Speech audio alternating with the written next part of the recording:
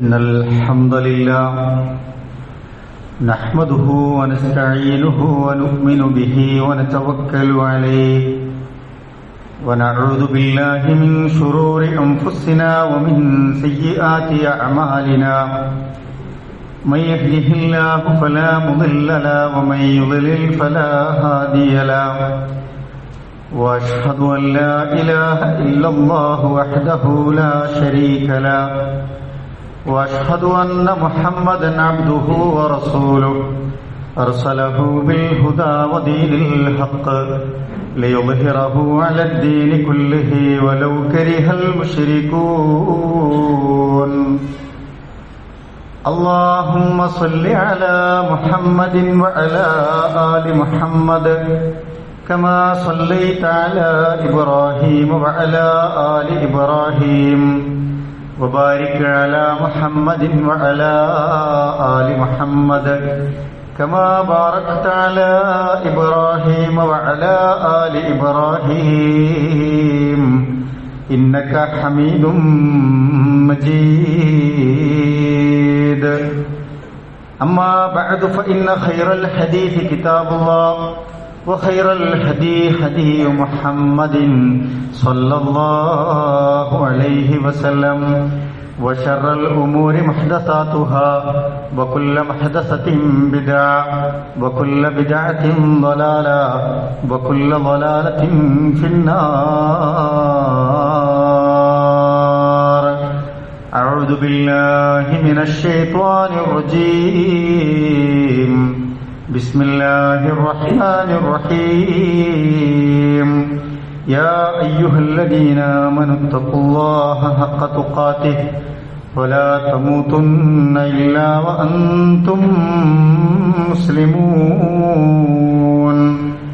بسم الله الرحمن الرحيم إن الله مع الذين اتقوا والذين هم محسنون ഏറെ സ്നേഹം നിറഞ്ഞ മുഅ്മിനീങ്ങളെ മുഅ്മിനാത്തുകളെ, അല്ലാഹു സുബ്ഹാനഹു വ തആലയുടെ നിയമങ്ങളും നിർദ്ദേശങ്ങളും വിധിവിലക്കുകളുമൊക്കെ നമ്മൾ ഇടപെടുന്ന നമ്മുടെ ജീവിതത്തിൻ്റെ ഓരോ സന്ദർഭങ്ങളിലും സൂക്ഷ്മതയും തഖ്വയും പാലിച്ച് ജീവിക്കണമേ എന്ന് എന്നോടും നിങ്ങളോടുമായി ഓർമ്മപ്പെടുത്തുകയാണ്, വസിയ്യത്ത് ചെയ്യുകയാണ്. അതിന് അല്ലാഹു സുബ്ഹാനഹു വ തആല നമ്മെ ഇവരെയും അനുഗ്രഹിക്കുമാറാവട്ടെ. ഒരു ഹിജ്റ വർഷവും കൂടി നമ്മളിൽ നിന്ന് വിട പറയുകയാണ്. ഹിജ്റ 1446 കഴിഞ്ഞ് ഹിജ്റ 1447 നമ്മൾ പ്രവേശിക്കുകയാണ്. ദുൽഹിജ്ജ മാസം അവസാനിച്ച് ഇസ്ലാമിക ഹിജ്റ കലണ്ടറിന്റെ വർഷത്തിന്റെ ആരംഭമായ പരിശുദ്ധമായ മുഹറം മാസത്തിലേക്ക് നമ്മൾ കടക്കുകയാണ്. കലണ്ടറിന്റെ ഓരോ പേജുകൾ നമ്മളിങ്ങനെ മാസം മാറുമ്പോൾ മറിച്ചിടും. ഓരോ മാസം കഴിഞ്ഞു കിട്ടിയാൽ അടുത്ത മാസത്തിലെത്തിയാൽ ഇന്നത് ചെയ്യാം, അത് ലഭിക്കും, ഇത്ര കാര്യങ്ങൾ പൂർത്തിയാക്കുമെന്നൊക്കെ നമ്മൾ പലപ്പോഴും കണക്കുകൂട്ടും. കലണ്ടറിലെ ഓരോ ദിവസങ്ങളും മാസങ്ങളും ഒക്കെ നമ്മളിങ്ങനെ മറിച്ചിടുമ്പോൾ നമ്മുടെ ഈ ദുനിയാവിലെ സമയവും കൂടിയാണ് തീരുന്നത് എന്ന് മുഅ്മിനുകൾ എന്ന നിലക്ക് നമുക്ക് ഓർമ്മയുണ്ടാകണം. ഒരു ഹിജ്റ വർഷം അവസാനിക്കുമ്പോൾ കഴിഞ്ഞൊരു വർഷം നമ്മളിൽ നിന്ന് എങ്ങനെ കടന്നുപോയി എന്നത് വിലയിരുത്തേണ്ട ഒരു സന്ദർഭവും കൂടിയാണ്. നമുക്ക് അള്ളാഹുവിലേക്ക് എത്രമാത്രം അടുക്കാൻ സാധിച്ചു എന്നും അള്ളാഹുവിന്റെ ഇഷ്ടം എത്രമാത്രം നേടിയെടുക്കാൻ സാധിച്ചു എന്നും നമ്മുടെ അമലുകളും ഇബാദത്തുകളുമൊക്കെ എത്രമാത്രം പൂർത്തീകരിക്കാൻ സാധിച്ചു എന്നും സംഭവിച്ചുപോയ തെറ്റുകുറ്റങ്ങളെ എത്രമാത്രം അള്ളാഹുവിൽ മാപ്പിരന്ന് തൗബ സ്വീകരിക്കുന്ന രൂപത്തിൽ നമുക്ക് അള്ളാഹുവുമായിട്ടുള്ള മുനാജാത്ത് സംഭാഷണം സാധ്യമായി എന്നൊക്കെ നമ്മൾ ആലോചിക്കേണ്ട സന്ദർഭമാണ്. ഹിജ്റ എന്ന് കേൾക്കുമ്പോൾ ഇസ്ലാമികമായ ചരിത്രത്തെ നമ്മുടെ മനസ്സിലേക്ക് കടന്നുവരുന്നൊരു സന്ദർഭവും കൂടിയാണ്. ദീനിന്റെ സംരക്ഷണാർത്ഥം ജനിച്ച നാടും നമ്മളുണ്ടാക്കിയ വീടും നമ്മുടെ സമ്പത്തുമൊക്കെ ഒഴിവാക്കി മറ്റൊരു നാട്ടിലേക്ക് മാറി താമസിക്കുന്നതിനാണ് ഇസ്ലാമിക ശരീഅത്തിൽ ഹിജ്റ എന്ന് പറയുന്നത്. എങ്ങനെ നാട് വിട്ടു പോകും, എങ്ങനെ വീട് ഉപേക്ഷിക്കും, എങ്ങനെ സമ്പത്തും സമ്പാദ്യങ്ങളുമൊക്കെ ഉപേക്ഷിച്ചു പോകും, അത് സാധ്യമാകുമോ എന്നൊക്കെ പലപ്പോഴും നമ്മൾ ആലോചിക്കും. എന്തെങ്കിലും പ്രത്യേകമായ നാശനഷ്ടങ്ങളുടെ പേരിൽ, പ്രത്യേകമായ പ്രളയത്തിന്റെ കെടുതികളിൽ പേരിൽ, ദുരിതങ്ങളുടെയും ദുരന്തങ്ങളുടെയും പേരിൽ, അല്ലെങ്കിൽ പുതിയ പ്രതീക്ഷകളുടെ പേരിലൊക്കെ പലരും അത് വിട്ടേച്ചു പോകും. ഭൗതികമായ നേട്ടങ്ങളുടെ പുറകിൽ അത് മെച്ചപ്പെടുമെന്ന പ്രതീക്ഷയിൽ പലരും ഉപേക്ഷിക്കുന്നവരുണ്ടാവും, നഷ്ടം സഹിക്കുന്നവരുണ്ടാവും. പക്ഷെ ഇത് ജീവിതത്തിൽ ദീന് നിലനിർത്തണം, അള്ളാഹുവിന്റെ മതമനുഷ്ഠിച്ച് ജീവിക്കണം, അതിനുള്ള എല്ലാ കാര്യങ്ങളും തടസ്സപ്പെടുമ്പോഴാണ് ഇസ്ലാമിലെ ഹിജ്റ നമുക്ക് നിർബന്ധമാകുന്നത്. അങ്ങനെ ഇസ്ലാമിക ചരിത്രത്തിൽ സംഭവിച്ച വളരെ പ്രധാനപ്പെട്ട ഒരു സംഭവമാണ് റസൂൽ സല്ലല്ലാഹു അലൈഹി വസല്ലമയുടെ കാലത്ത് നടന്ന മക്കയിൽ നിന്ന് മദീനയിലേക്കുള്ള പലായനം, ഹിജ്റ എന്ന് പറയുന്നത്. ആ ഹിജ്റയുടെ സന്ദർഭത്തെ അടിസ്ഥാനപ്പെടുത്തിയിട്ടാണ് ഇസ്ലാമികമായ കലണ്ടർ രൂപകൽപ്പന ചെയ്തിട്ടുള്ളത് എന്ന് നമ്മൾ മനസ്സിലാക്കിയിട്ടുണ്ടാകും. നമ്മുടെ ജീവിതത്തിൽ കലണ്ടറിന് വലിയ പ്രാധാന്യമുണ്ട്. എല്ലാം നമ്മൾ കലണ്ടർ നോക്കിയാണ് പലപ്പോഴും ചിട്ടപ്പെടുത്തുന്നത്. കാലങ്ങളെയും ദിവസങ്ങളെയും ആവർത്തനങ്ങളോടെ ക്രമീകരിച്ച ഒരു സംവിധാനമാണ് യഥാർത്ഥത്തിൽ കലണ്ടർ. സമയവും കാലവും ഒക്കെ നിർണയിക്കാനും പലതും തീരുമാനിക്കാനുമൊക്കെ കലണ്ടർ ഇന്ന് വളരെ അത്യാവശ്യമായി വന്നിട്ടുണ്ട്. മതരംഗത്ത് കലണ്ടർ വളരെ പ്രാധാന്യമുള്ളതാണ്. സാമൂഹിക രംഗത്ത് ചില പ്രത്യേക കലണ്ടറുകൾ നിലവിലുണ്ട്. സാംസ്കാരിക പ്രവർത്തനങ്ങൾക്കാവട്ടെ, അക്കാദമിക രംഗത്തെ പ്രവർത്തനങ്ങൾക്കാവട്ടെ ഒക്കെ നിരവധി കലണ്ടറുകൾ ലോകത്ത് വികസിപ്പിച്ചെടുത്തിട്ടുണ്ട് എന്ന് നമുക്കറിയാം. ആ കലണ്ടറുകളൊക്കെ രൂപകൽപ്പന ചെയ്തത് ഏതെങ്കിലും ഒരു പ്രധാന സംഭവങ്ങളെ അടിസ്ഥാനപ്പെടുത്തിയാകാം, ഏതെങ്കിലും വ്യക്തികളുടെ മരണമോ ജനനമോ ഒക്കെ അടിസ്ഥാനപ്പെടുത്തിയാകാം.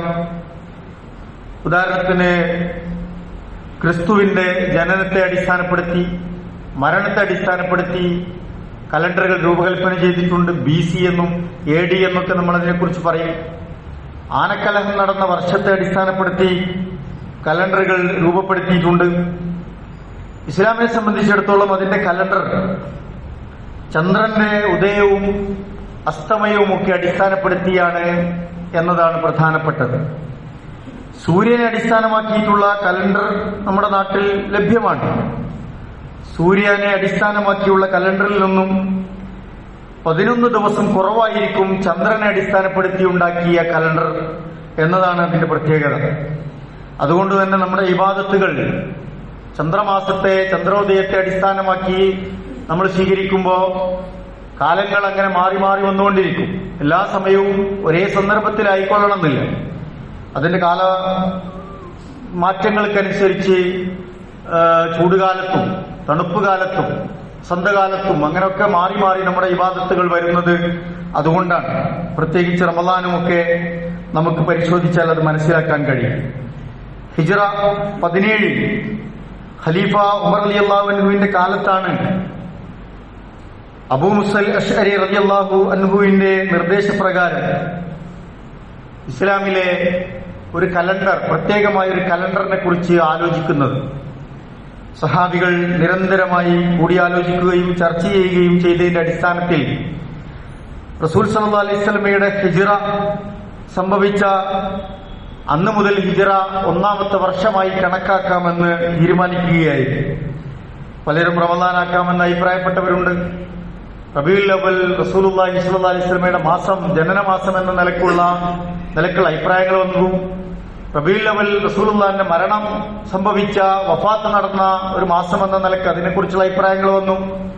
അവസാനം അവർ ഹിജ്റയെ അടിസ്ഥാനപ്പെടുത്തിയാണ് ഇസ്ലാമികമായ കലണ്ടർ രൂപകൽപ്പന ചെയ്തത് എന്നത് ഇസ്ലാമിന്റെ ഒരു ചരിത്രം എന്ന നിലക്ക് നമ്മുടെ ഓർമ്മയിൽ ഉണ്ടാകേണ്ട സംഭവമാണ്.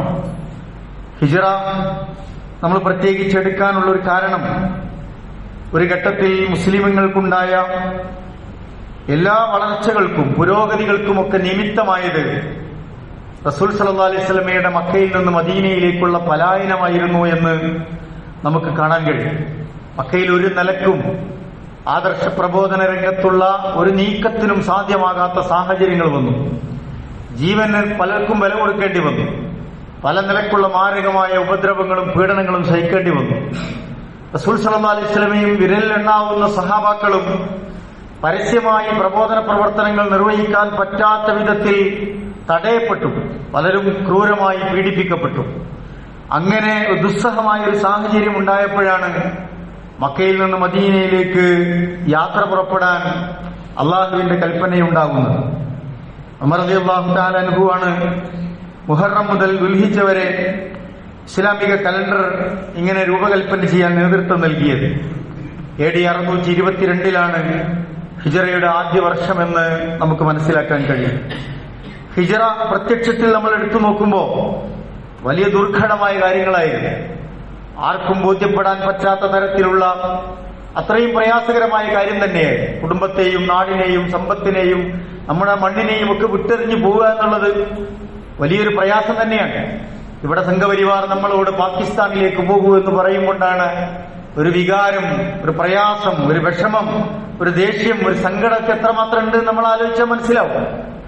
അതിനേക്കാൾ ദുസ്സഹമായ ഒരു സാഹചര്യത്തിലാണ് എല്ലാം ഉപേക്ഷിച്ചു പോകാൻ അവിടെ ഒരു സാഹചര്യം ഒരുങ്ങുന്നത്.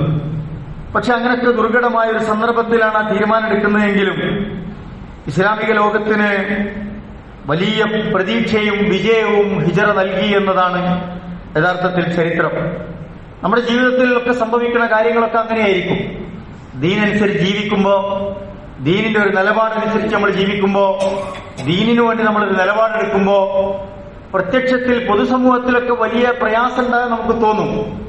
പക്ഷെ അള്ളാഹുവാണ് അതിനെ വിജയിപ്പിക്കുന്നത്. അള്ളാഹു അതിന്റെ പിന്നിൽ ഒളിപ്പിച്ചു വെച്ച് ഒരുക്കി വെച്ച നന്മയെ നമുക്ക് പിന്നീടാവും ചിലപ്പോൾ ബോധ്യപ്പെടുക. അത് ഇസ്ലാമിക ലോകത്ത് നമ്മൾക്ക് ഒരുപാട് അനുഭവങ്ങൾ ഉള്ളതാണ്. ഇസ്ലാമികമായി ജീവിച്ചവർക്ക് അത്തരത്തിലുള്ള അനുഭൂതികൾ, ആനന്ദങ്ങൾ അള്ളാഹു നൽകിയതിന്റെ ഒരുപാട് വർത്തമാനങ്ങൾക്ക് നമ്മൾ സാക്ഷ്യം വഹിച്ചതാണ്. ഇസ്ലാമിക ലോകം തന്നെ അങ്ങനെയാണ് എന്ന് നമുക്ക് കാണാൻ കഴിയും. ഹിജ്റ പ്രത്യേകിച്ച് ഒരു പുതിയ വർഷം പിറക്കുമ്പോൾ അതിൽ നിന്ന് നമ്മൾ ഉൾക്കൊള്ളേണ്ട ചില സന്ദേശങ്ങൾ മാത്രമാണ് ഓർമ്മിപ്പിക്കാൻ ഉദ്ദേശിക്കുന്നത്. ഒന്ന്, ഒരിക്കലും നമ്മൾ നിരാശപ്പെടേണ്ടതില്ല എന്നതാണ്. പുതിയ കാലത്ത് നിരവധി പ്രതിസന്ധികൾ നമ്മുടെ മുമ്പിലുണ്ട് എന്നതൊരു യാഥാർത്ഥ്യമാണ്. കേരളത്തിൽ നമ്മൾ ജീവിക്കുമ്പോൾ പുതിയ വർത്തമാനകാലത്ത് ഇസ്ലാമിനെ കുറിച്ച് വലിയ ഗൗരവത്തിലുള്ള ചർച്ചകൾ നടക്കുന്നു. വലിയ ആക്ഷേപങ്ങൾ ഉണ്ടാകുന്നു. വലിയ പ്രശ്നങ്ങൾ ഇസ്ലാമിന്റെ പേരിൽ ഉന്നയിക്കപ്പെടുന്നു. മുസ്ലിം സമുദായത്തിൽ പലരും ചെയ്തു കൂട്ടുന്ന നെറികേടുകൾക്ക് പേരിൽ പാവപ്പെട്ട മുസൽമാന്മാർ അതിന്റെ പേരിലുള്ള പഴി കേൾക്കേണ്ടി വരുന്നു. സോഷ്യൽ മീഡിയയിൽ നിരന്തരമായി ഇസ്ലാമോഫോബിയ, ഇസ്ലാമിനെയും മുസ്ലിങ്ങൾക്കെതിരെയുള്ള വെറുപ്പുകൾ, വിദ്വേഷങ്ങൾ അങ്ങനെ നിരന്തരമായി പ്രവഹിച്ചുകൊണ്ടിരിക്കുന്നു. വലിയ തരത്തിലുള്ള പ്രതിസന്ധികൾ അതിന്റെ പേരിൽ ഉണ്ടാകുന്നു. ഇസ്ലാമിന്റെ എന്തെങ്കിലും ഒരു നിലപാട് പറയുമ്പോൾ 6-ാം നൂറ്റാണ്ടിൽ അപരിഷ്കൃതമായ ചില നിയമങ്ങൾ ജീവിതത്തിൽ ഇപ്പോഴും കൊണ്ടു നടക്കുന്നവരുണ്ടോ എന്ന ചോദ്യമുയർത്തി നമ്മുടെ കുട്ടികളെ, വളർന്നു വരുന്ന തലമുറയെ പ്രതിസന്ധിയിലാക്കുന്ന സാഹചര്യങ്ങൾ ഉണ്ടാകുന്നു. മുസ്ലിം പേരുകൾ ജീവിതത്തിൽ കൊണ്ടു നടക്കുകയും ഇസ്ലാമിനെ പൂർണ്ണമായി ഉപേക്ഷിക്കുകയും ചെയ്ത ആളുകൾ അവരുടെ ഐഡന്റിറ്റിയുടെ പേരിൽ സോഷ്യൽ മീഡിയയിൽ ഉണ്ടാക്കിക്കൊണ്ടിരിക്കുന്ന വളരെ മോശമായ പ്രതികരണങ്ങൾ നമുക്ക് വലിയ തലവേദന ഉണ്ടാക്കുന്നു. മുസ്ലിംകളുടെ അവകാശങ്ങൾ നിരന്തരമായി ഹനിക്കപ്പെടുകയും നമ്മുടെ സംവരണത്തിന്റെ അവകാശങ്ങൾ പോലും വെട്ടിക്കുറച്ചു പോകുന്ന സാഹചര്യങ്ങൾ ഉണ്ടാകുന്നു. ദേശീയാടിസ്ഥാനത്തിൽ സംഘപരിവാറും ഫാസിസവും സൃഷ്ടിച്ചുകൊണ്ടിരിക്കുന്ന വലിയ അപരവൽക്കരണവും അനീതിയും കടുത്ത ആക്രമണവും നമ്മൾക്ക് വിധേയമായിക്കൊണ്ടിരിക്കുന്നു. ഇങ്ങനെ നിരന്തരമായ പ്രശ്നങ്ങൾ നമുക്കിടയിലുണ്ട്. എത്രയോ മുസ്ലിം ചെറുപ്പക്കാരെ അകാരണമായി ജയിലടക്കപ്പെടുന്ന സാഹചര്യങ്ങൾ ഉണ്ടാവും. പ്രബോധകന്മാരെ വേട്ടയാടപ്പെടുന്ന സാഹചര്യങ്ങൾ ഉണ്ടാകും. തീവ്രവാദത്തിന്റെയും ഭീകരവാദത്തിന്റെയും പേരിൽ അതിന്റെ ചാപ്പകുത്തി ഒരു കുടുംബത്തെ ഒന്നടങ്കം അല്ലെങ്കിൽ മുസ്ലിം ഉമ്മത്തിനെ മൊത്തത്തിൽ മോശമായി ചിത്രീകരിക്കുന്ന സാഹചര്യങ്ങൾ ഉണ്ടാകും. ഒരാൾ ഇസ്ലാമിലേക്ക് കടന്നു വരാൻ പറ്റാത്ത രൂപത്തിൽ വളരെ മോശമായ സാഹചര്യങ്ങൾ നമ്മൾക്കിടയിൽ സൃഷ്ടിക്കപ്പെട്ടുകൊണ്ടിരിക്കുന്നു. ഇതൊക്കെ നമ്മൾ അനുഭവിക്കുന്ന പ്രതിസന്ധികളാണ്. നമ്മളൊരു കാര്യം മനസ്സിലാക്കേണ്ടത്, ഇതിനേക്കാൾ വലിയ പ്രതിസന്ധികളെ അഭിമുഖീകരിച്ചു വന്ന ദീനുൽ ഇസ്ലാമാണ് ഇന്ന് നമ്മൾ അനുഭവിച്ചുകൊണ്ടിരിക്കുന്നത്. പ്രതിസന്ധികളും പ്രയാസങ്ങളും എന്നും ദീനിന്റെ ചുറ്റുവട്ടങ്ങളിൽ ഉണ്ടായിരുന്നു. ദീന് അനുഭവിക്കുന്ന, ആനന്ദമായി അനുഭവിക്കേണ്ട സന്ദർഭങ്ങളിൽ കഠിനമായ പ്രയാസങ്ങളാൽ ചൊരിഞ്ഞു വന്ന സന്ദർഭങ്ങൾ ഉണ്ടായിട്ടുണ്ട്. പരിശുദ്ധ ഖുർആൻ നമ്മളോട് പറയുന്നുണ്ട്, വലാ തൈഅസൂ മിൻ റൗഹില്ലാ എന്നതാണ്. വലാ തൈഅസൂ മിൻ റൗഹില്ലാ, അള്ളാഹുവിന്റെ അടുക്കൽ നിന്ന് കടന്നു വരാനുള്ള ആശ്വാസത്തെ പറ്റി നിങ്ങൾ ഒരിക്കലും നിരാശപ്പെടേണ്ടതില്ല എന്നതാണ്. ഏതൊരു പ്രയാസങ്ങൾക്കപ്പുറത്തും ഒരു എളുപ്പമുണ്ട് എന്നത് ഖുർആൻ മുഅ്മിന് നൽകുന്ന ആശ്വാസവചനമാണ്. ഇന്ന മഅൽ ഉസ്രി യുസ്റാ, ഏതൊരു പ്രതിസന്ധിയുടെയും പ്രയാസങ്ങളുടെയും പുറകിൽ നിങ്ങൾക്കൊരു എളുപ്പം വരാനുണ്ട് എന്നത് ഖുർആൻ നമുക്ക് നൽകുന്ന വലിയ ആശ്വാസമാണ്. അള്ളാഹുവിന്റെ കാരുണ്യം, വലിയ ആശ്വാസം, അതിനെക്കുറിച്ച് നിങ്ങൾ നിരാശപ്പെടരുത് എന്ന് ഖുർആൻ നമ്മളോട് പഠിപ്പിക്കുന്നുണ്ട്. ഇന്നഹു ലാ യഅ്സു മിൻ റൂഹില്ലാ ഇല്ലൽ ഖൗമുൽ കാഫിറൂൻ, സത്യനിഷേധികൾക്കല്ലാതെ, വിശ്വാസം മനസ്സിൽ രൂപപ്പെടുത്ത ആളുകൾക്കല്ലാതെ ഒരിക്കലും നിരാശപ്പെടേണ്ടി വരില്ല എന്ന് ഖുർആൻ നമ്മളോട് സന്തോഷവചനം പറയുന്നുണ്ട്. യൂസുഫ് അലൈഹിസ്സലാത്തു വസ്സലാമിന്റെ ചരിത്രം നമ്മൾ ഒരുപാട് കേട്ടതല്ലേ? അദ്ദേഹത്തിന്റെ സഹോദരൻ ബിന്യാമീന്റെ ചരിത്രം നമ്മൾ കേട്ടതല്ലേ? അവരെ യാക്കൂബ് നബി അലൈഹിസ്സലാത്തു വസ്സലാമിനെ നഷ്ടപ്പെടുകയാണ്. വളരെ ചെറുപ്പത്തിൽ നഷ്ടപ്പെടുന്നു. നമ്മൾ ആലോചിച്ച് നോക്കുക, ഒരു പിതാവിന്റെ ദുഃഖം എത്രയാണ്. പ്രവാചകനായ യാക്കൂബ് നബി അലൈഹിസ്സലാത്തു വസ്സലാം അദ്ദേഹത്തിന്റെ കുടുംബത്തിൽ നിന്ന് തന്നെ ഉണ്ടായ ചില അപക്വമായ സമീപനങ്ങൾ കാരണം അദ്ദേഹം അനുഭവിച്ച വേദനയും വിഷമങ്ങളും എത്രയാണ്. അദ്ദേഹം മക്കളോട് പറയാണ്, യാക്കൂബിനെയും യൂസുഫിനെയും ബിന്യാമിനെയും യൂസുഫിനെയും നിങ്ങൾ അന്വേഷിച്ചു ചെല്ലൂ, നിരന്തരമായി അന്വേഷിക്കുക. അവർ പലയിടത്തും അന്വേഷിച്ചു. അവരുടെ തെറ്റിൽ അവർക്ക് തൗബയുണ്ടായി. അവർ അന്വേഷിച്ചു ചെല്ലും. പക്ഷേ അവർ നിരാശപ്പെട്ട് വീണ്ടും വരും. റസൂലുള്ള അതുപോലെ അള്ളാഹുവിന്റെ പ്രവാചകൻ യാക്കൂബ് നബി അലൈഹിസ്സലാത്തു വസ്സലാം അവരോട് പറയുന്ന വചനമാണ് ഖുർആൻ എടുത്തുദ്ധരിച്ചത്. വലാ തൈഅസൂ മിൻ റൗഹില്ലാ, അള്ളാഹുവിന്റെ കാരുണ്യം, അള്ളാഹു നൽകുന്ന ആശ്വാസത്തെ നിങ്ങൾ നിരാശപ്പെടേണ്ടതില്ല എന്ന് അദ്ദേഹം മക്കളോട് പറയുകയാണ്. എന്നിട്ട് 2 തവണ ഈജിപ്ത് മുഴുവനായി പരതി അന്വേഷിച്ചു വന്ന ആ മക്കളോട് തന്നെ വീണ്ടും നിങ്ങൾ ഒരിക്കൽ കൂടി ഈജിപ്തിലേക്ക് തിരിച്ചു പോകൂ എന്ന് പറഞ്ഞു വിടുകയാണ്, അന്വേഷിക്കാൻ പറയുകയാണ്. അങ്ങനെയൊക്കെ നമ്മുടെ ജീവിതത്തിൽ വലിയ വിഷമങ്ങൾ ഉണ്ടാവും, രോഗങ്ങൾ വരും. വലിയ മാരകമായ രോഗങ്ങൾ നമ്മളെ ചിലപ്പോൾ പിടിച്ചു കുലുക്കും. നമുക്ക് ആശ്വാസവും അത്താണിയുമായ പലരെയും മരണം പിടികൂടും. പലപ്പോഴും രോഗം വരും, പ്രതിസന്ധികൾ വരും, വിവാഹം നടക്കാത്ത സന്ദർഭങ്ങൾ ഉണ്ടാകും, വിഷമങ്ങൾ ഉണ്ടാകും കുടുംബത്തിൽ. അതുപോലെ തന്നെ വിവാഹം കഴിഞ്ഞാൽ തന്നെ മക്കളില്ലാത്ത സങ്കടങ്ങളുള്ളവരുണ്ട്, വീടില്ലാതെ പ്രയാസപ്പെടുന്നവരുണ്ട്, കയ്യിലുള്ള സമ്പത്ത് നഷ്ടപ്പെട്ടു പോകുന്നവരുണ്ട്, ഉള്ളത് നഷ്ടപ്പെടുമോ എന്ന് ആലോചിച്ച് വിഷമിക്കുന്നവരുണ്ട്. നാളെ ഞാൻ എന്താകും, എന്റെ ഭാര്യ എന്താകും, എന്റെ മക്കൾ എന്താകും, എന്റെ കുടുംബം എന്താകും എന്നൊക്കെ ആലോചിച്ച് നിരാശപ്പെട്ട് ജീവിക്കുന്നവരുണ്ട്. ഖുർആൻ അങ്ങനെ നിരാശയോടുകൂടി ജീവിക്കാനല്ല നമ്മളോട് പഠിപ്പിക്കുന്നത്. നല്ലത് പ്രതീക്ഷിച്ച് ജീവിക്കാനാണ്, നന്മ പ്രതീക്ഷിച്ച് ജീവിക്കാനാണ്, നല്ലത് ചെയ്യാനാണ്, നല്ല കാര്യങ്ങളെ അന്വേഷിക്കാനാണ്, നന്നായി അധ്വാനിക്കാനാണ്. അങ്ങനെ പ്രതീക്ഷയോടുകൂടി ജീവിക്കാനാണ് ഇസ്ലാം നമ്മളോട് പഠിപ്പിക്കുന്നത്. യൂസുഫ് നബി അലൈഹി സ്വലാത്തു വസ്സലാമിനെ ഈജിപ്തിൽ 2 പ്രാവശ്യം പോയി അന്വേഷിച്ച മക്കളോട് വീണ്ടും അദ്ദേഹം അന്വേഷിച്ച് ചെല്ലാൻ പറയുകയാണ്. അതിന് പരിഹാരമുണ്ടാകുന്നു. ആ കാത്തിരിപ്പിനൊടുവിൽ ഏറ്റവും നല്ല പര്യവസാനം ഉണ്ടാകുന്നതായി ഖുർആൻ നമ്മളെ പഠിപ്പിക്കുന്നുണ്ട്. യൂസുഫ് അലൈഹി സ്വലാത്തു വസ്സലാമിനെ അവർ കണ്ടെത്തുന്നു, ബിനിയാമിനെ അവർ കണ്ടെത്തുന്നു. ആ കുടുംബത്തിലേക്ക് യൂസുഫ് നബി അലൈഹി സ്വലാത്തു വസ്സലാം തിരിച്ചു വരുന്നു. യാക്കൂബ് നബി അലൈഹി സ്വലാത്തു വസ്സലാമും കുടുംബവും ഒന്നിച്ച് ഈജിപ്തിലേക്ക് ചെല്ലുന്നു. വളരെ മനോഹരമായ ഒരു പര്യവസാനം അവിടെ ഉണ്ടാകുന്നതായി ഖുർആൻ നമുക്ക് പരിചയപ്പെടുത്തുകയാണ്. നമ്മുടെ അന്വേഷണങ്ങൾക്ക്, നമ്മുടെ അധ്വാനത്തിന്, നമ്മുടെ നല്ല വിചാരങ്ങൾക്ക്, നല്ല പ്രതീക്ഷയോടുള്ള കാത്തിരിപ്പിന് ഒടുവിൽ നമുക്ക് ഏറ്റവും നല്ല വിജയമുണ്ടാകുമെന്ന് ഖുർആൻ നമുക്ക് പ്രതീക്ഷ നൽകുന്നുണ്ട്. പ്രിയപ്പെട്ടവരെ, പുതിയൊരു വർഷത്തിലേക്ക് പ്രവേശിക്കുമ്പോൾ നമ്മൾ അതൊക്കെയാണ് മനസ്സിൽ സൂക്ഷിക്കേണ്ടത്. പ്രതികൂല സാഹചര്യങ്ങൾ, പ്രതിസന്ധികൾ വിശ്വാസിയുടെ കൂടെ ഉണ്ടാകുമെന്ന്, നമ്മുടെ ചുറ്റുപാടുകളിൽ ഉണ്ടായിക്കൊണ്ടേയിരിക്കുമെന്ന് നമ്മൾ മനസ്സിലാക്കേണ്ടതുണ്ട്. റസൂൽ സല്ലല്ലാഹു അലൈഹി വസല്ലം പ്രബോധന പ്രവർത്തനങ്ങളുടെ ആദ്യ കാലഘട്ടത്തിൽ കഅബാലയത്തിന്റെ ആ കഅബയുടെ തണൽ കൊണ്ട് ഇങ്ങനെ ഒരു ഭാഗത്ത് തലയിൽ കൈവച്ചിങ്ങനെ തലയ്ക്ക് കൈ കൊടുത്ത് ഇങ്ങനെ കിടക്കുന്ന ഒരു സന്ദർഭം ഖബാബ് ഇബ്നു അറത്ത് റളിയല്ലാഹു തആല അൻഹു അവിടെ വരുന്നുണ്ട്. ആരായിരുന്നു ഖബാബ് ഇബ്നു അറത്ത് റളിയല്ലാഹു തആല അൻഹു? അദ്ദേഹം നല്ലൊരു കുടുംബത്തിൽ ജീവിച്ചൊരു മനുഷ്യനായിരുന്നു. പക്ഷെ അറബികൾക്കിടയിൽ ഇടക്കിടക്ക് ഗോത്രങ്ങൾ തമ്മിലുള്ള കലാപങ്ങൾ ഉണ്ടാകും. അങ്ങനെ അടിമകളെയൊക്കെ ഒന്നാകെ പിടികൂടിയ സന്ദർഭത്തിൽ ഖബാബ് റളിയല്ലാഹു അൻഹുവിനെയും അവർ പിടികൂടുകയാണ്. അദ്ദേഹം അന്ന് ഇസ്ലാം സ്വീകരിച്ചിട്ടില്ല. അന്ന് മക്കയിൽ ഹബാബും ഒരു അടിമയായി വിൽക്കപ്പെട്ട അങ്ങനെ ഒരാൾ വാങ്ങിയ സന്ദർഭങ്ങൾ ഉണ്ടായി. ആ ഹബാബ് ഇസ്ലാമിനെ കുറിച്ച് കേൾക്കുന്നു, റസൂലുള്ളാഹിനെ കുറിച്ച് മനസ്സിലാക്കുന്നു, ഖുർആനിന്റെ ആയത്തുകൾ കേൾക്കുന്നു. അങ്ങനെ ഹബാബ് റളിയല്ലാഹു തആല അൻഹു ഇസ്ലാം സ്വീകരിക്കുകയാണ്. ആ ഇസ്ലാം സ്വീകരിച്ചതിന്റെ പേരിൽ അദ്ദേഹത്തിന്റെ യജമാനനും അതുപോലെ തന്നെ മക്കയിലെ ഖുറൈശി പ്രമുഖരും അദ്ദേഹത്തെ ക്രൂരമായി മർദ്ദിച്ചു. നിരന്തരമായി ഇരുമ്പ് ദണ്ഡുകൾ പഴിപ്പിച്ച് അദ്ദേഹത്തിന്റെ പുറത്ത് ചൂട് പിടിപ്പിച്ചു. വലിയ പ്രയാസങ്ങൾ ഉണ്ടായി. മാംസം കരിഞ്ഞ വേദനകൾ അദ്ദേഹത്തിന്റെ ജീവിതത്തിൽ അനുഭവിക്കേണ്ടി വന്നു. ആ മാംസം അങ്ങനെ ബന്ധുവരുന്ന ഒരു വാസന ഉണ്ടല്ലോ, അത് സ്വന്തം ശരീരത്തിന്റെ മാംസഭാഗങ്ങൾ കരിഞ്ഞുപോയതിന്റെ ആ ഗന്ധം ഹബ്ബാബിന് തന്റെ ജീവിതത്തിൽ അനുഭവിക്കേണ്ടി വന്നു.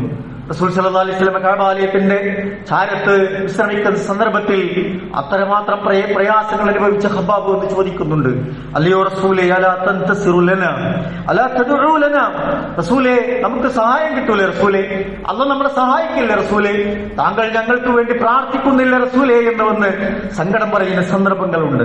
റസൂൽ എന്താണ് അദ്ദേഹത്തോട് മറുപടി പറയുന്നത്? അങ്ങനെ വിഷമങ്ങളുമായി വന്ന ഒരു അനുയായി വന്നപ്പോ നേതാവ് പറഞ്ഞു കൊടുക്കുന്നത് എന്താണ്? ഹബ്ബാബ് ക്ഷമിക്കൂ എന്നാണ്. ഇസ്ബിറു, യാസർ കുടുംബത്തോട് പറഞ്ഞു, ഇസ്ബിറു യാ ആല യാസർ, യാസർ കുടുംബമേ നിങ്ങൾ ക്ഷമിക്കുക എന്ന് പറഞ്ഞതുപോലെ ഹബ്ബാബിനോട് ക്ഷമിക്കാൻ പറയാണ്. എന്നിട്ട് പറഞ്ഞു, താങ്കളുടെ മുൻഗാമികൾ എങ്ങനെയാണ് ഈ ദീൻ അണപ്പല്ല് കൊണ്ട് മുറുക്കി പിടിച്ച് മുന്നോട്ട് പോയത്? അവർക്കിടയിൽ ആളുകൾ ഒരു കുഴിയെടുക്കും, എന്നിട്ട് അതിൽ ഇറക്കി വെക്കും, കഴുത്തറ്റം മണ്ണ് നിറച്ചു വെക്കും, എന്നിട്ട് വലിയ ഈർച്ചവാളുകൾ കൊണ്ടുവന്ന് തല നെടുക പിളർക്കുമാറ് അതിക്രൂരമായി കൊലപ്പെടുത്തപ്പെട്ട സാഹചര്യങ്ങളോട് താങ്കളുടെ മുൻഗാമികൾ കടന്നുപോയിട്ടുണ്ട്. വലിയ ഈർച്ചവാളുകൾ പോലെയുള്ള ഇരുമ്പ് ചീർപ്പുകൾ കൊണ്ട് തന്റെ ശരീരത്തെ മുഴുവൻ മാംസം വാർന്നെടുക്കുന്ന സന്ദർഭത്തിലൂടെ താങ്കളുടെ മുൻഗാമികൾ കടന്നുപോയിട്ടുണ്ട്. അവർക്കൊന്നും അവരുടെ ദീന് ഇതൊന്നിന്റെ പേരിൽ തടസ്സമായില്ല എന്നതാണ്. ദീൻ ഉപേക്ഷിക്കാൻ അവർ തയ്യാറായില്ല, ദീന് വിട്ടുപോകാൻ അവർ തയ്യാറായില്ല, ദീന് മുറുകെ പിടിക്കാൻ അവർക്കൊന്നും ഈ പ്രയാസങ്ങൾ അവരെ ബാധിച്ചില്ല എന്ന് റസൂൽ സല്ലല്ലാഹു അലൈഹി വസല്ലം പറഞ്ഞു കൊടുക്കുകയാണ്. എന്നിട്ട് പറഞ്ഞു, വല്ലാഹി വല്ലാഹി അല്ലാഹുവാണ് ലയുതിമ്മന്നല്ലാഹു ഹാദൽ അംർ, ഈ ദൗത്യത്തെ, ഈ ഇസ്ലാമിനെ അല്ലാഹു പൂർത്തീകരിക്കുക തന്നെ ചെയ്യും, ഇതിനെ വിജയിപ്പിക്കുക തന്നെ ചെയ്യും. ഹത്താ യസീറ റാകിബു മിൻ സൻആ ഇലാ ഹദ്റമൗത്ത്, രണ്ട് പ്രദേശങ്ങളെ ഉദാഹരിച്ചുകൊണ്ട് റസൂൽ പറഞ്ഞു അല്ലെ, സൻആയിൽ നിന്നും ഹദ്റമൗത്തിലേക്ക് ഒരു മൃഗം, ഒരു ആട്ടിൻകുട്ടി വളരെ നിർഭയമായി കടന്നു പോകുന്ന ഒരു സാഹചര്യം നമുക്ക് നിലവിൽ വരുമെന്ന് റസൂൽ സല്ലല്ലാഹു അലൈഹി വസല്ലം അദ്ദേഹത്തോട് പറഞ്ഞു കൊടുക്കാണ്. പക്ഷെ നിങ്ങളുടെ പ്രശ്നം എന്താണ് എന്ന് റസൂൽ ചൂണ്ടിക്കാണിക്കുന്നുണ്ട് അവിടെ. വലാകിന്നകും തസ്തഅജിലൂൻ, നിങ്ങൾ ധൃതി കാണിക്കുകയാണ് എന്ന് റസൂൽ അവർ ഓർമ്മപ്പെടുത്തുകയാണ്. എന്തെങ്കിലും ഒരു പ്രയാസം ഉണ്ടാകുമ്പോഴത്തിന് വാളെടുക്കട തോക്കെടുക്കട എന്ന നിലക്ക് എല്ലാ തരത്തിലുള്ള വൈകാരികമായി പ്രതികരിച്ച് ആകെ രംഗം വഷളാക്കുന്ന ആളുകളെ നമ്മൾക്ക് കാണാൻ കഴിയും. ക്ഷമയില്ല, ദീനിന്റെ വിട്ടുവീഴ്ചയില്ല, കാത്തിരിപ്പില്ല, പ്രതീക്ഷയില്ല, നിരാശയുടെ, വിഷമങ്ങളുടെ, പ്രതിസന്ധികളുടെ, സങ്കടങ്ങളുടെ വർത്തമാനങ്ങൾ മാത്രം സമൂഹത്തിലേക്ക് കൊടുത്ത് മുസ്ലിം ഉമ്മത്തിന്റെ ഇസ്സത്തിനെ കുറിച്ചുള്ള ബോധം നഷ്ടപ്പെടുത്തി ആകപ്പാടെ നിരാശപ്പെട്ട ഒരു ഉമ്മത്തായി നമ്മളെ വാർത്തെടുക്കാൻ വിധിക്കപ്പെട്ട ഒരു കൗമ അവിടെ ഉണ്ട്. അവർ നിരന്തരമായി ഇത്തരത്തിലുള്ള പ്രതിസന്ധികളും പ്രയാസങ്ങളും നമ്മിലേക്ക് പെയ്തിറക്കുന്നുണ്ട്. ഒരു പുതിയ മുഹറമിന്റെ മുമ്പിൽ നിൽക്കുമ്പോ, ഒരു പുതുവർഷത്തിന്റെ മുമ്പിൽ നിൽക്കുമ്പോ നമ്മൾ ധൃതിപ്പെട്ടല്ല, കാര്യങ്ങളെ അവധാനതയോടുകൂടി പഠിച്ച് മനസ്സിലാക്കി കാര്യങ്ങൾ ഉൾക്കൊണ്ട് എന്താണ് നമുക്ക് ശേഖരിക്കേണ്ട ആയുധം എന്നത്, മനസ്സിലുണ്ടാകേണ്ട ഈമാന്റെ കരുത്തെന്നത്, നമ്മുടെ തലമുറകളെ എങ്ങനെയാണ് വാർത്തെടുക്കേണ്ടത് എന്ന ഒരു ബോധമൊക്കെ നമുക്കില്ലാതെ പോവുക. എന്നിട്ട് വികാരങ്ങളുടെ പേരിൽ നമ്മൾ പരസ്പരം ബാധിച്ച് ജയിക്കാൻ ശ്രമിക്കുക. നമ്മൾ ജീവിതത്തെ ചിട്ടപ്പെടുത്തിയാൽ അള്ളാഹുവിന്റെ സഹായം ഉണ്ടാവും. ഖുർആൻ പറഞ്ഞു, ആരെ കൂടെ അള്ളയുള്ളത്? ആരെ കൂടെയുള്ള അള്ളയുള്ളത്? ഇന്നല്ലാഹ മഅല്ലദീന തഖൂ വല്ലദീന ഹും മുഹ്സിനൂൻ. ഈ രണ്ട് ക്വാളിറ്റി നമ്മളുടെ കൂടെ ഉണ്ടാവും. അള്ളാഹ് നമ്മളെ കൂടെ ഉണ്ടാവും. അള്ളാഹ് ഈ ദൗത്യത്തെ വിജയിപ്പിക്കും. മുസ്ലിം ഉമ്മത്തിന് ഇസ്സത്ത് തിരിച്ചു നൽകും. നമ്മുടെ അവകാശങ്ങൾ തിരിച്ചു കിട്ടുന്ന സാഹചര്യങ്ങൾ വരും. ഖലീഫമാരെ പോലെ നമുക്ക് പ്രാതിനിധ്യം കിട്ടുന്ന ഒരു മണ്ണ് ഇവിടെ രൂപപ്പെടും. ഇവിടെ എന്നല്ല, ലോകത്തെല്ലായിടത്തും ഉണ്ടാവും. പക്ഷെ കണ്ടീഷൻ അള്ളാഹ് പറഞ്ഞിട്ടുണ്ട്, ഇന്നല്ലാഹ മഅല്ലദീന തഖൂ. നിങ്ങൾ അള്ളാഹിനെ പേടിച്ച് ജീവിക്കുന്നുണ്ടോ? അള്ളാഹ് പറഞ്ഞതിനനുസരിച്ച് ജീവിക്കുന്നുണ്ടോ? തഖ്വയുള്ളവരാണോ നമ്മൾ എന്നുള്ള ചോദിക്കാൻ. നിങ്ങൾ മുത്തഖിയായി ജീവിക്കൂ, അള്ളാഹ് കൂടെ ഉണ്ടാവും. വല്ലദീന ഹും മുഹ്സിനൂൻ, നിങ്ങൾ ഇഹ്സാൻ ചെയ്ത് നന്മ ചെയ്ത് ജീവിക്കൂ, അള്ളാഹ് കൂടെ ഉണ്ടാകുമെന്ന് നമ്മളോട് പഠിപ്പിക്കുകയാണ്. നമ്മൾ ബേജാറാകണ്ടേ? ഹിജറ മനസ്സിലേക്ക് വരുമ്പോ റസൂൽ സല്ലല്ലാഹു അലൈഹി വസല്ലമയും അബൂബക്കർ സിദ്ദീഖ് റളിയല്ലാഹു തആല അൻഹുവും മദീനയിലേക്ക് പോകുന്ന സന്ദർഭത്തിൽ ആ സൗർ ഗുഹയിൽ കയറി നിൽക്കുന്ന സന്ദർഭം ഖുർആൻ എടുത്തു പറയുന്നുണ്ട്. സൗർ ഗുഹയുടെ മുമ്പിലൂടെ ശത്രുക്കൾ അവരുടെ വാഹനത്തിന്റെ കുളമ്പടികളുടെ ശബ്ദം കേട്ട് മുന്നോട്ട് പോവുകയാണ്. അബൂബക്കർ സിദ്ദീഖ് റളിയല്ലാഹു തആല അൻഹു റസൂലുള്ളാഹിനോട് പറയുന്നുണ്ട്, റസൂലേ, അവരൊന്ന് കുനിഞ്ഞു നോക്കിയാൽ നമ്മൾ അവർ കാണുമെന്ന് പറയാണ്. റസൂലുള്ളാഹ് പിടിക്കപ്പെടുമെന്ന് ഉറപ്പായ ഒരു സന്ദർഭം നമ്മൾ ആലോചിച്ചു. വേറെ ആരുമില്ല, സഹായത്തിന് ഓടി വരാൻ ആരുമില്ല. ഒരൊറ്റപ്പെട്ട മരുഭൂമിയിലെ ഒരിടത്താണ് ഇവരുള്ളത്. ശത്രുക്കൾ ചുറ്റുവട്ടങ്ങളിൽ സംഘടിച്ചു നിൽക്കുന്ന സാഹചര്യങ്ങളുണ്ട്. തൊട്ട് മുമ്പിൽ എത്തി നിൽക്കുന്നു.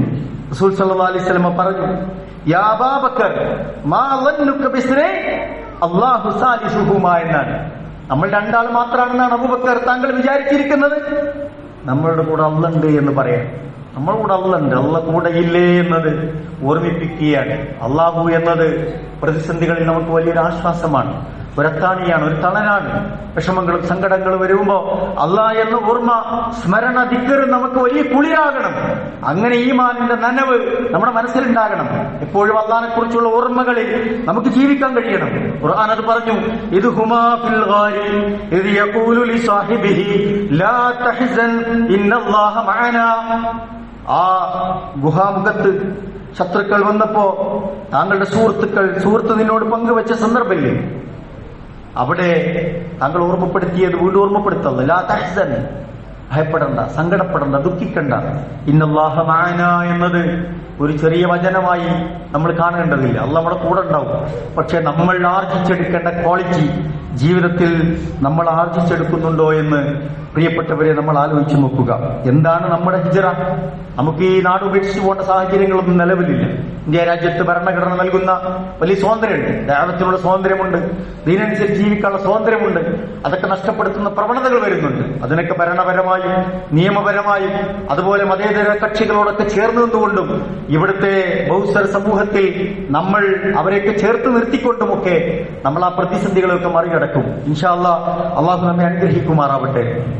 റസൂലുള്ളാഹി പറഞ്ഞു, നമ്മുടെ ഹിജറ അൽ മുസ്ലിമു മൻ സലിമൽ മുസ്ലിമൂന മിൻ ലിസാനിഹി വയദിഹി. റസൂലുള്ളാഹി ഹിജറയെ പറ്റി പറഞ്ഞതിന്റെ തൊട്ട് മുമ്പ് നമ്മളോട് പറഞ്ഞു, അൽ മുസ്ലിം, ആരാണ് ഒരു നല്ല മുസൽമാൻ? മൻ സലിമൽ മുസ്ലിമൂന മിൻ ലിസാനിഹി വയദിഹി. മറ്റു മുസ്ലിങ്ങൾ നമ്മുടെ നാവിൽ നിന്ന്, നമ്മുടെ ഉപദ്രവങ്ങളിൽ നിന്ന് രക്ഷപ്പെടുമ്പോഴാണ് ഒരാൾ നല്ല മുസ്ലിം ആവുന്നത് എന്നാണ് നമുക്ക് ഉറപ്പ് കൊടുക്കാൻ കഴിയും. നമ്മൾ അല്ലാഹുവിന്റെ സഹായം പ്രതീക്ഷിക്കുന്നവരാണ്. നമുക്ക് ഉറപ്പ് കൊടുക്കാൻ കഴിയും. നമ്മുടെ നാവിൽ നിന്ന്, നമ്മുടെ കൈകാലുകളുടെ, നമ്മുടെ ഉപദ്രവങ്ങളിൽ നിന്ന് നമ്മുടെ തൊട്ടപ്പുറത്തുള്ള ഒരു മുസൽമാന് സംരക്ഷണം കിട്ടണം. അങ്ങനെ ജീവിക്കുന്നവനാണ് മുസ്ലിം എന്ന് റസൂൽ ചേർത്ത് പറയാണ്. വൽ മുഹാജിർ, ആരാണ് മുഹാജിർ? ഹിജറ പോകുന്നവൻ ആരാണ്? എന്താണ് അവന്റെ ഹിജറ? മൻ ഹജറ മാ നഹല്ലാഹു അൻഹു. അള്ളാഹു അവനോട് വിരോധിച്ച കാര്യങ്ങൾ ഉപേക്ഷിക്കുന്നവനാണ് യഥാർത്ഥത്തിൽ ഹിജറ ചെയ്യുന്നവനെന്ന് റസൂൽ ഓർമ്മിപ്പിക്കുന്നുണ്ട്. നമുക്ക് ഉറപ്പ് കൊടുക്കാൻ പറ്റും, പടച്ചോനെ നീ വിരോധിച്ചതൊന്നും എന്റെ ജീവിതത്തിലില്ല എന്ന് ഉറപ്പ് കൊടുക്കാൻ പറ്റും. ഉണ്ടെങ്കിൽ അള്ളാഹ് നമ്മളെ കൂടെ നിൽക്കും, നമ്മുടെ പ്രശ്നങ്ങളുടെ കൂടെ നിൽക്കും, അള്ളാഹ് നമ്മളെ സഹായിക്കും, നമ്മൾ വിജയിക്കും, മുസ്ലിങ്ങൾ ഇസ്സത്തുള്ളവരായി മാറും. അള്ളാഹു സുബ്ഹാനഹു വ തആല നമ്മയൊക്കെ അനുഗ്രഹിക്കുമാറാവട്ടെ.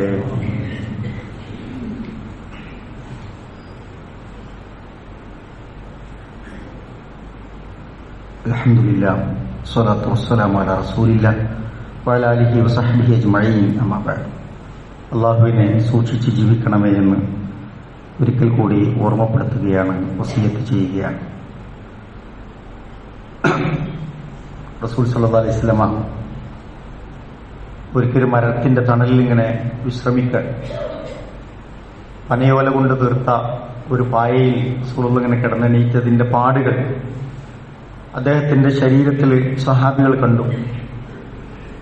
സഹാബികള് അദ്ദേഹത്തോട് പറഞ്ഞു, റസൂലേ, താങ്കൾക്ക് ഞങ്ങൾ നല്ലൊരു വിരിപ്പൊരുക്കി തരട്ടെ, നല്ലൊരു കട്ടിലുണ്ടാക്കി തരട്ടെ, അല്പമൊക്കെ സുഖിച്ച് കിടക്കാൻ പറ്റുന്ന ഒരു വിരിപ്പൊരുക്കി തരട്ടെ എന്ന് ചോദിക്കുന്നുണ്ട്. റസൂലുള്ളാഹി അവർക്ക് കൊടുക്കുന്ന മറുപടി, മാലി വമാലി ദുനിയ. ദുനിയാവും ഞാനും തമ്മിലുള്ള ബന്ധം എന്ന് പറഞ്ഞാൽ എന്താണ് സഹാബികളെ? നിങ്ങൾ എന്താണ് ഇതിനെപ്പറ്റി മനസ്സിലാക്കിയത്? എന്നിട്ട് അദ്ദേഹം പറയുന്നുണ്ട്, ഞാനൊരു യാത്രക്കാരനെ പോലെ യാത്ര ഇങ്ങനെ തുടരും. അതിനിടയിൽ ഒരു മരത്തിന്റെ തണൽ കാണുമ്പോൾ അവിടെ അല്പം വിശ്രമിക്കും. അത് സ്ഥിരമായി വിശ്രമിക്കാനുള്ള സ്ഥലമല്ല, സ്ഥിരമായി സുഖിക്കാനുള്ള സ്ഥലമല്ല. അവിടെ നിന്ന് ഞാൻ വീണ്ടും എൻ്റെ യാത്ര തുടരും. ഈ തണലിനെ, ഈ കുളിരിനെ ഞാൻ ഉപേക്ഷിക്കും. അങ്ങനെ ഈ ജീവിതം ഇങ്ങനെ പോകണം. ഇതാണ് എൻ്റെ ദുനിയാവ് എന്ന് പറഞ്ഞാൽ. ഒരു ദിവസത്തിനോട് വിട പറയണം എന്ന് ഓർമ്മപ്പെടുത്തുകയാണ്. സുമറാഹ വത്തറക്കഹ, ഞാനങ്ങനെ മുന്നോട്ട് പോകും, ഇതിനൊക്കെ ഉപേക്ഷിച്ച് പോകും എന്ന് ഓർമ്മപ്പെടുത്തുന്നുണ്ട്. ദുനിയാവ് അത്രയേ ഉള്ളൂ. കുറഞ്ഞ സമയം, കുറഞ്ഞ കാലം. കലണ്ടറുകൾ ഇങ്ങനെ മാറി മറിയും, വർഷങ്ങൾ ഇങ്ങനെ പോയി മറിയും, മാസങ്ങളും ദിവസങ്ങളൊക്കെ പോകും. നമ്മൾ നമ്മുടെ ജീവിതത്തെ എങ്ങനെ ചിട്ടപ്പെടുത്തി എന്നത്, അതാണ് നാളെ നമ്മുടെ തുലാസിൽ കനം തൂക്കുക, സ്വർഗത്തിലേക്കുള്ള പ്രവേശനം സാധ്യമാക്കുക. വിഷമങ്ങളൊക്കെ നമ്മൾ മറികടക്കും. എല്ലാം പരിഹരിച്ചിട്ട് നമുക്ക് പോകാൻ കഴിയില്ല. പ്രശ്നങ്ങളില്ലാത്ത, സങ്കടങ്ങളില്ലാത്ത ഒരു ലോകം എന്ന് പറയുന്നത് ദുനിയാവല്ല, സ്വർഗമാണ്. അവിടേക്ക് എത്താനാണ് നമ്മൾ പരിശ്രമിക്കേണ്ടത്. പോരായ്മകൾ തിരുത്തി നമ്മൾ ജീവിതത്തെ ക്രമപ്പെടുത്തുക. അള്ളാഹു നമ്മയൊക്കെ അനുഗ്രഹിക്കുമാറാവട്ടെ. സഹോദരങ്ങളെ, കഴിഞ്ഞ ആഴ്ച നമ്മുടെ ചാമപ്പറമ്പുള്ള റഷീദ് എന്ന് പറയുന്ന നമ്മുടെ സുഹൃത്തിന്റെ ചികിത്സക്കുള്ള ഒരു സഹായവുമായി ബന്ധപ്പെട്ട് ഈ ആഴ്ച നമ്മുടെ കലക്ഷൻ നമ്മൾ ഓർമ്മിപ്പിച്ചിരുന്നു. എല്ലാവരും ഒരുങ്ങി വന്നിട്ടുണ്ടാകും എന്ന് തന്നെയാണ് പ്രതീക്ഷിക്കുന്നത്. വലിയ പ്രയാസം അദ്ദേഹത്തിനുണ്ട്. കിഡ്നിയും മാറ്റിവെക്കേണ്ട സന്ദർഭങ്ങളാണ്. ഷുഗർ ബാധിച്ച് അദ്ദേഹത്തിന്റെ കാലിൽ ഒരു വിരൽ മുറിച്ച് മാറ്റേണ്ട സന്ദർഭം ഉണ്ടായിട്ടുണ്ട്.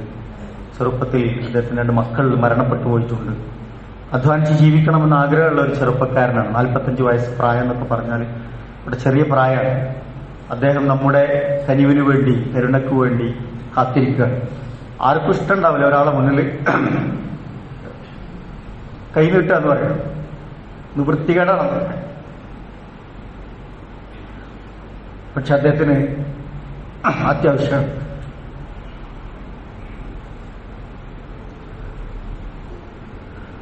സഹായം പോലെ തന്നെ നമ്മൾ അദ്ദേഹത്തിന് വേണ്ടി പ്രാർത്ഥിക്കുകയും ചെയ്യാം. അള്ളാഹു അദ്ദേഹത്തിന് നീ പരിപൂർണ്ണ ശിഫ പ്രദാനം ചെയ്ത് അനുഗ്രഹിക്കണ റഹ്മാൻ. അദ്ദേഹത്തിന്റെ വിഷമങ്ങളെ നീ ദൂരീകരിച്ചു കൊടുക്കുന്ന റഹ്മാന്. എല്ലാ നിലക്കും അദ്ദേഹത്തിന്റെ ഇപ്പോഴുള്ള ചികിത്സാവിഷ്ടമായ ആ ദൗത്യം പൂർത്തീകരിക്കാൻ ഞങ്ങളെ നീ സഹായിക്കണ റഹ്മാൻ. ഞങ്ങൾ നൽകുന്ന സദഖകൾ നീ വലിയ പുണ്യം നൽകി ഞങ്ങളെ നീ അനുഗ്രഹിക്കണ റഹ്മാൻ. ഇതുപോലെയുള്ള വലിയ വിഷമങ്ങൾ, വലിയ പ്രയാസങ്ങൾ, പരീക്ഷണങ്ങൾ ഞങ്ങളും അനുഭവിക്കുന്നുണ്ട് നാഥ. ഞങ്ങളുടെ സദഖകൾ കൊണ്ട്, അമൽ സ്വലിഹാത്തുകൾ കൊണ്ട് അത്തരം പ്രയാസങ്ങളെയൊക്കെ നീ ദൂരീകരിച്ച് അനുഗ്രഹിക്കണം റഹ്മാനെ. വലിയ ദുരിതങ്ങളിൽ നിന്നും, ദുരന്തങ്ങളിൽ നിന്നും, വിഷമങ്ങളിൽ നിന്നും, മാരകമായ രോഗങ്ങളിൽ നിന്നും, കഠിന പരീക്ഷണങ്ങളിൽ നിന്നും ഞങ്ങളെയും ഞങ്ങളുടെ പ്രിയപ്പെട്ടവരെയും ഒക്കെ നീ കാത്തുരക്ഷിക്കണം റഹ്മാൻ. അള്ളാഹു എല്ലാവിധ ഫിത്തനകളിൽ നിന്നും, ഫസാദുകളിൽ നിന്നും ഞങ്ങളെയും ഞങ്ങളുടെ പ്രിയപ്പെട്ടവരെയും ഞങ്ങളുടെ കുടുംബങ്ങളെയും ഞങ്ങളുടെ ഉമ്മത്തിനെയും ഈ നാടിനെയും ഈ രാജ്യത്തെയും ഒക്കെ നീ കാത്തുരക്ഷിക്കണം റഹ്മാനെ. അള്ളാഹു ഏത് വിഷമഘട്ടങ്ങളിലും നിന്റെ ദീനനുസരിച്ച് ജീവിക്കാനും ദീനിനെ മുറുകെ പിടിക്കാനും ഒക്കെയുള്ള ഈമാനിന്റെ കരുത്ത് ഞങ്ങൾക്ക് നീ പ്രദാനം ചെയ്ത് അനുഗ്രഹിക്കണം റഹ്മാനെ. പരീക്ഷണങ്ങളുടെ ഘട്ടങ്ങളിലൂടെ കടന്നു പോകുമ്പോഴും ക്ഷമയോടുകൂടി അതിനെ പ്രതിരോധിക്കാനുള്ള മാനസികമായ ധൈര്യവും ശാരീരികമായ ക്ഷമതയും ഞങ്ങൾക്കും ഞങ്ങളുടെ ഉമ്മത്തിനും നീ പ്രദാനം ചെയ്ത് അനുഗ്രഹിക്കണം റഹ്മാനെ. ലോകത്തിന്റെ വ്യത്യസ്ത ഭാഗങ്ങളിൽ പ്രയാസപ്പെടുന്ന മുസ്ലിമീങ്ങൾക്ക്, മുഅ്മിനീങ്ങൾക്ക്, സഹോദരങ്ങൾക്ക് നീ ആശ്വാസം നൽകി അനുഗ്രഹിക്കണം റഹ്മാനെ. ഇസ്ലാമിന്റെ ശത്രുക്കളുടെ തന്ത്രങ്ങളെ നീ പരാജയപ്പെടുത്തണം റഹ്മാനെ. ഇസ്ലാമിന് വേണ്ടി പോരാടിക്കൊണ്ടിരിക്കുന്ന ഞങ്ങളുടെ യോദ്ധാക്കൾക്ക് നീ ധൈര്യവും സ്ഥൈര്യവും നൽകി അനുഗ്രഹിക്കണം റഹ്മാനെ. അന്തിമ വിജയം മുഅ്മിനീങ്ങൾക്ക് നൽകി ഞങ്ങളെ നീ അനുഗ്രഹിക്കണം റഹ്മാനെ. അള്ളാഹു എല്ലാവിധ പ്രതിസന്ധികളിലൂടെയും കടന്നു പോകുമ്പോൾ ആത്മധൈര്യത്തോടെ അതിനെ നേരിടാനുള്ള എല്ലാവിധത്തിലുള്ള ഈമാന്റെ കരുത്ത് ഞങ്ങൾക്ക് നീ നൽകി അനുഗ്രഹിക്കണം റഹ്മാനെ. അള്ളാഹു ഞങ്ങളുടെ മഹലിൽ നിന്നും ഞങ്ങളുടെ കുടുംബങ്ങളിൽ നിന്നൊക്കെ മരണപ്പെട്ടു പോയവർക്ക് നീ സ്വർഗം നൽകി അനുഗ്രഹിക്കണം റഹ്മാനെ. അള്ളാഹു ഞങ്ങളുടെ മാതാപിതാക്കൾക്ക് നീ പുറത്ത് മാപ്പാക്കി കൊടുക്കണം റഹ്മാനെ. അവർക്ക് നീ ആയുസ്സും ആരോഗ്യവും നൽകി അനുഗ്രഹിക്കണം റഹ്മാനെ.